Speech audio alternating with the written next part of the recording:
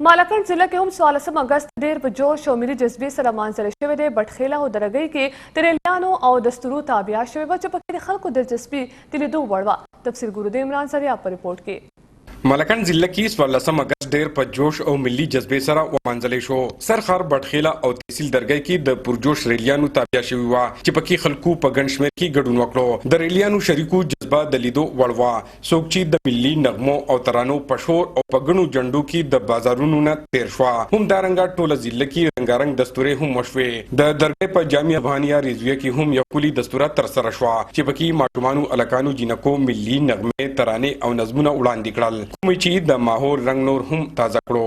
जोश है ये जुनू सब तुम्हारे लिए, जानो दिल भी लहू सब तुम्हारे लिए.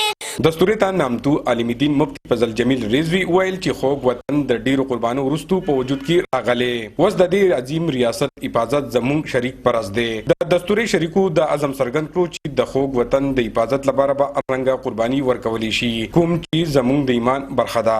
عمران زریاب، خیبر نیوز، درګۍ، مالکند.